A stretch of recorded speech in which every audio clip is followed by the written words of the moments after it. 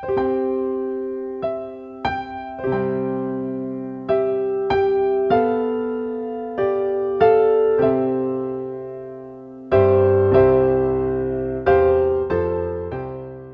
pagi pendengar setia Radio Cakrawala yang diberkati Tuhan kita Yesus Kristus. Salam jumpa pagi ini dalam kasih dan anugerah Allah bagi setiap kita yang percaya dan bersandar penuh kepadanya.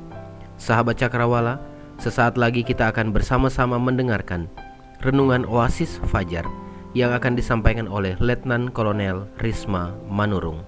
Selamat mendengarkan, Tuhan Yesus memberkati.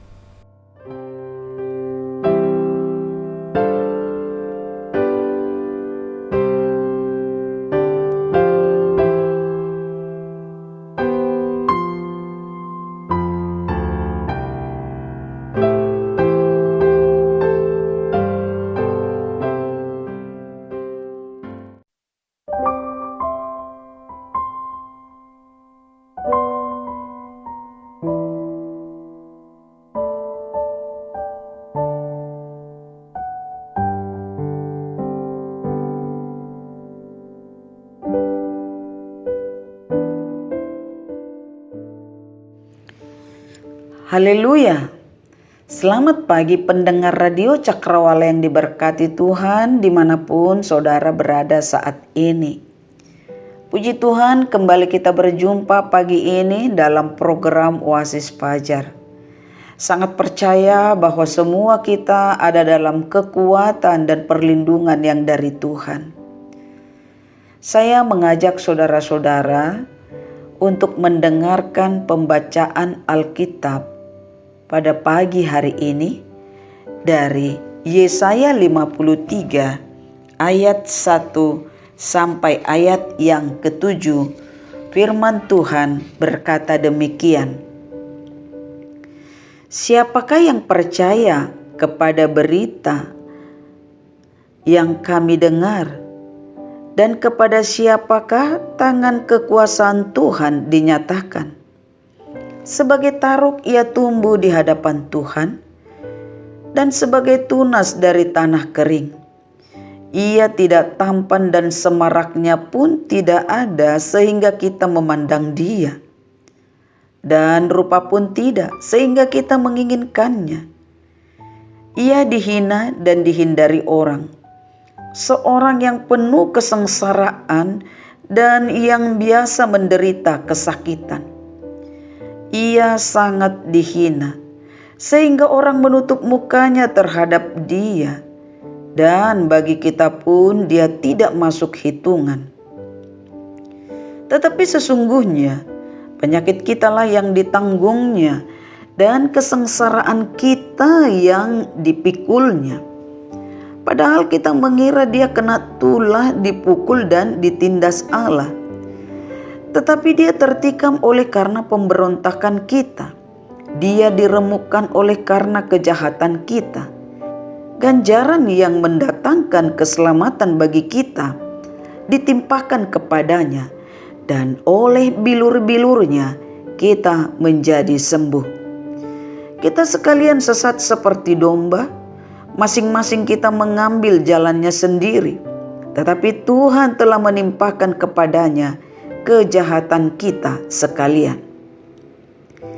Dia dianiaya, tetapi dia membiarkan diri ditindas dan tidak membuka mulutnya, seperti anak domba yang dibawa ke pembantaian, seperti induk domba yang keluh di depan orang-orang yang menggunting bulunya. Ia tidak membuka mulutnya. Tema kita perenungan pagi ini, penderitaan Yesus Kristus memberi keuntungan dan keselamatan. Permulaan kehidupan Yesus di dunia ini tidak hanya sederhana, tetapi ia juga datang ketika dunia dilanda kekeringan rohani. Yohanes Pembaptis mulai membangunkan orang kembali sebelum Yesus memulai pelayanannya di depan banyak orang. Dalam pembacaan firman Tuhan pada pagi hari ini, Nabi Yesaya menubuatkan secara jelas kesengsaraan yang dialami Yesus Kristus. Kesengsaraan yang dialami oleh Yesus adalah kesengsaraan yang mendatangkan keselamatan bagi manusia. Dia seorang yang penuh kesengsaraan. Misi Yesus mencakup penderitaan, sakit, kecewa, dan kesedihan karena dosa-dosa umat manusia. Saudara pendengar setia Radio Cakrawala yang diberkati oleh Tuhan, biarlah di minggu sengsara ini kita kembali merenungkan apa yang telah dialami oleh Yesus demi keselamatan kita masing-masing. Dia dicela dan dihina karena kita. Dia luka dan hancur karena kita. Dia sengsara, disakiti, dihancurkan, dan kena tulah karena kita. Penderitaan Yesus Kristus memberi keuntungan dan keselamatan bagi manusia. Mari kita renungkan beberapa hal tentang Yesus Kristus yang digambarkan oleh Yesaya. Yesus digambarkan sebagai Mesias yang menderita. Ia dicela dan dihina. Ayat 3. Ia dihina dan dihindari orang. Seorang yang penuh kesengsaraan dan yang biasa menderita kesakitan. Ia sangat dihina, sehingga orang menutupi mukanya terhadap dia, dan bagi kita pun dia tidak masuk hitungan. Yesus Kristus tidak diterima oleh bangsanya. Malah ia dibenci dan ditolak.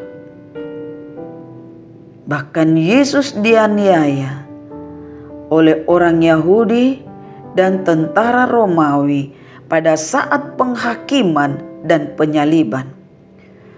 Orang-orang lain memukul dia. Dia seorang yang penuh kesengsaraan.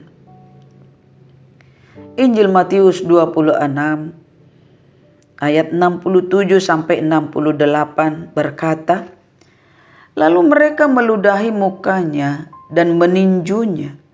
Orang-orang lain memukul dia dan berkata, cobalah katakan kepada kami, hai Mesias, siapakah yang memukul engkau? Dalam penderitaan yang dialami Yesus, di mana semua tentara Romawi dan orang banyak melihat dan menyaksikan kesakitan, kesulitan itu, mereka masih melontarkan kalimat-kalimat penghakiman, kalimat-kalimat ejekan, kalimat-kalimat cemooh. Ia kena luka dan hancur. Ayat yang kelima. Tetapi dia tertikam oleh karena pemberontakan kita. Dia diremukkan oleh karena kejahatan kita. Ganjaran yang mendatangkan keselamatan bagi kita ditimpakan kepadanya, dan oleh bilur-bilurnya kita menjadi sembuh. Pemberontakan kita itulah yang menyebabkan Yesus Kristus mengalami luka. Dan kejahatan kita membuat dia hancur. Dia diremukkan. Artinya semua hukuman yang seharusnya ditimpakan kepada manusia, kepada kita, dan kitalah yang harus menanggungnya.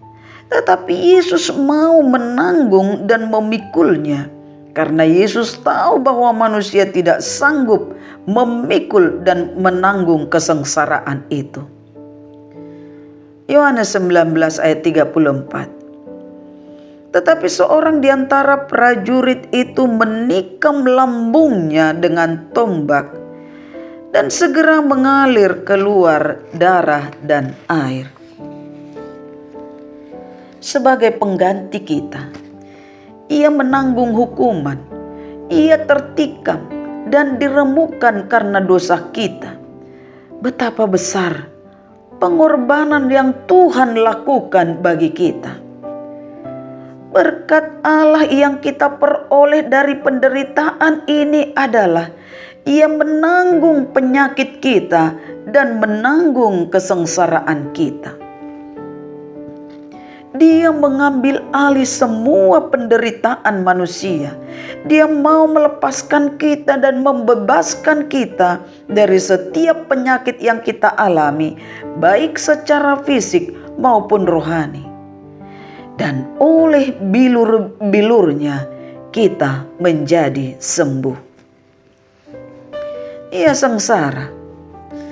Ayat yang ke-7, dia dianiaya, tetapi dia membiarkan diri ditindas dan tidak membuka mulutnya, seperti anak domba yang dibawa ke pembantaian, seperti induk domba yang keluh di depan orang-orang yang mengguntingi bulunya.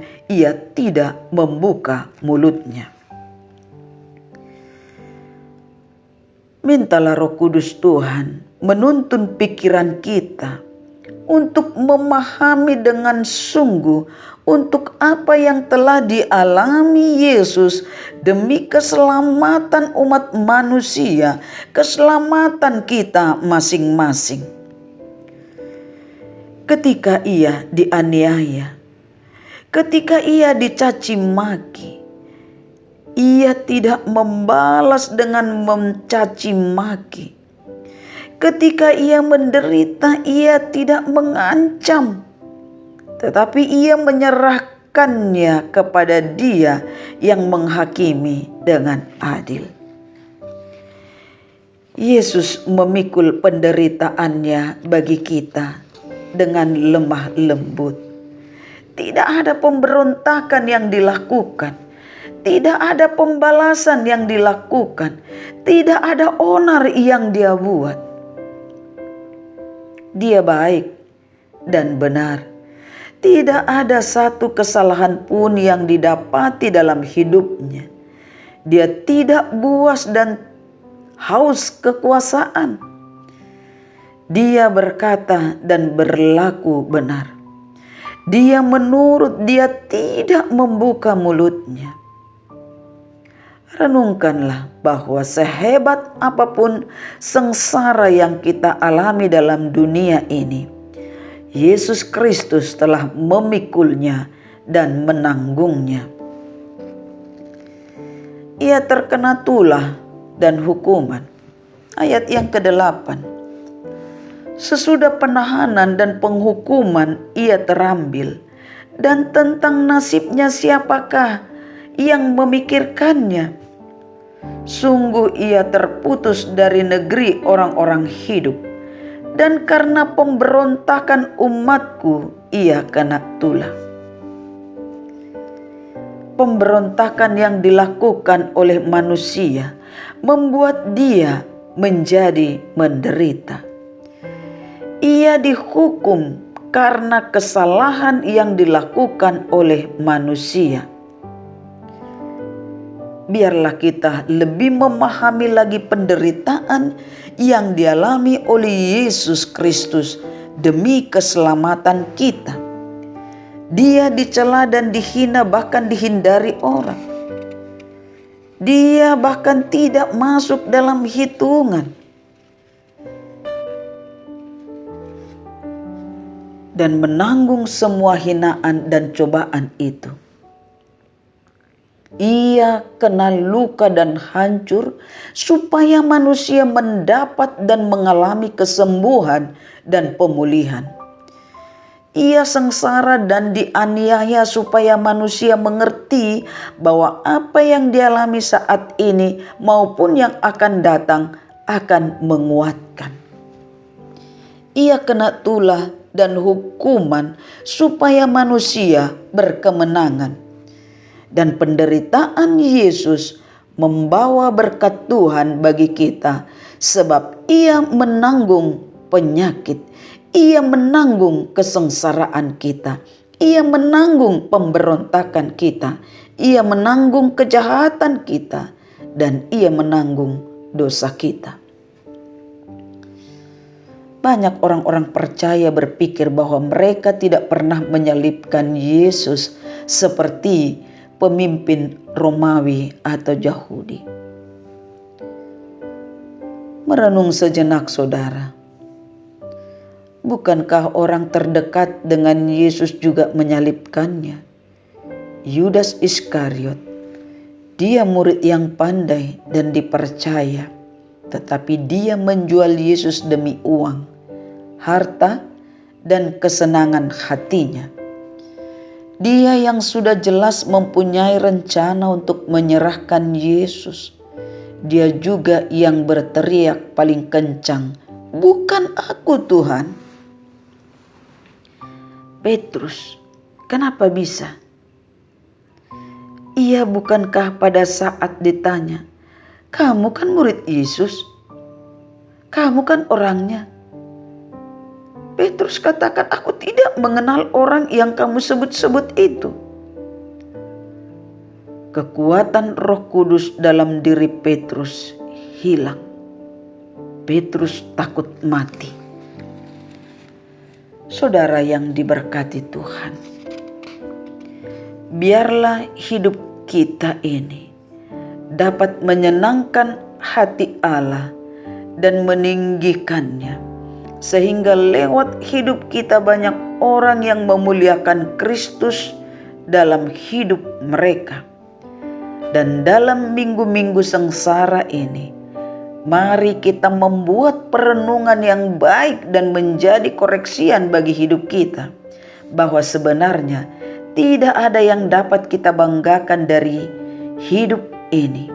Semua hanya karena kemurahan dan anugerah Tuhan. Tuhan memberkati kita. Amin. Mari kita berdoa. Bapa di dalam surga, terima kasih Tuhan untuk perenungan pagi ini. Kiranya dengan tuntunan Roh Kudus Tuhan, kami dapat lebih dalam lagi memahami pengorbanan Tuhan bagi kami. Tuhan, ampuni kami dari segala pelanggaran kami, dan biarlah Tuhan pulihkan hidup kami. Tuhan, tambahkan pengertian bagi kami untuk apa yang Tuhan maksudkan dalam hidup kami sebagai orang-orang yang percaya kepadamu. Tuhan memberkati setiap pendengar Radio Cakrawala, baik mereka yang saat ini ada di kantor melakukan kegiatan mereka, mungkin ada yang di sawah, di ladang, di kebun. Tuhan, buatlah segala pekerjaan mereka berhasil. Berkati setiap gereja-gereja Tuhan yang mempersiapkan rangkaian ibadah minggu-minggu sengsara Tuhan Yesus, sehingga ibadah-ibadah yang dilakukan sungguh memuliakan nama Tuhan, dan jemaat-jemaat Tuhan yang dilayani semakin mengerti siapa Yesus Kristus dalam kehidupan mereka.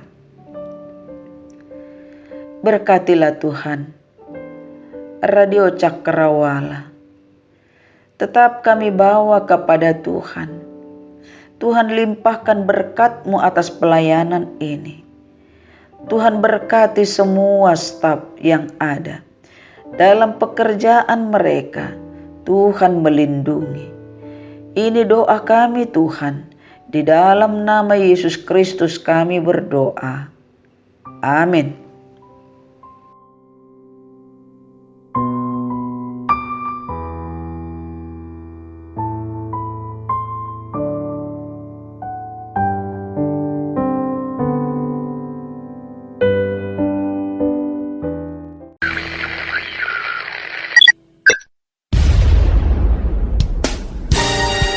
Pastikan Anda tetap bersama dengan kami di gelombang 89,2 FM, The New Cakrawala Radio. God bless us.